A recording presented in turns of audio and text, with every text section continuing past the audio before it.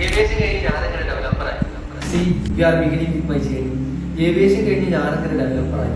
സാധാരണ 10ാം ക്ലാസ് കഴിഞ്ഞ് കമ്പ്യൂട്ടർ സയൻസിൽ സീറ്റ് കിട്ടിയോണ്ട് മാത്രം +2 അവിടെ എന്താ നടക്കണമെന്ന് അറിയാതെ കോഴ്സ് കംപ്ലീറ്റ് ആക്കുകയും അത് കഴിഞ്ഞ് ഇനി എന്തെന്നുള്ള ചോദ്യത്തിന് ഫ്രണ്ടിന്റെ ഫോണിലോട്ട് വന്ന ഒരു കോളായിരുന്നു എന്നെ ഏവിയേഷൻ ഇൻസ്റ്റിറ്റ്യൂട്ടിൽ എത്തിച്ചത്. അവിടെ എത്തി ഞാൻ കാണുന്നത് ഫ്ലൈറ്റ് സെറ്റപ്പ് ഉള്ള ക്ലാസ് റൂംസും ഹൈലി കൺവിൻസിംഗ് ആയിട്ടുള്ള ഒരു റിസപ്ഷനിസ്റ്റും അതുകൂടാതെ എക്സിക്യൂട്ടീവ് യൂണിഫോംസും. സോ ഞാൻ തീരുമാനിച്ച് എന്റെ കരിയർ ഒരു ബെറ്റർ പ്ലേസിലാണ് എത്തിച്ചേർന്നിട്ടുള്ളത്.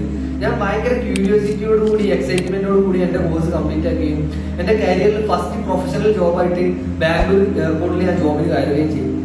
ആ സമയത്ത് എന്റെ ഫ്രണ്ട്സ് എല്ലാം ഒരു ബെറ്റർ എയർലൈൻസിലോട്ട് എങ്ങനെ എത്തുക എന്നുള്ളത് ഫൈറ്റ് ചെയ്തുകൊണ്ടിരിക്കുന്ന സമയത്ത് ഞാൻ ജോബ് റൂം എന്തൊരു പാറ്റേണിൽ മാത്രം പോയിക്കൊണ്ടിരിക്കുകയായിരുന്നു.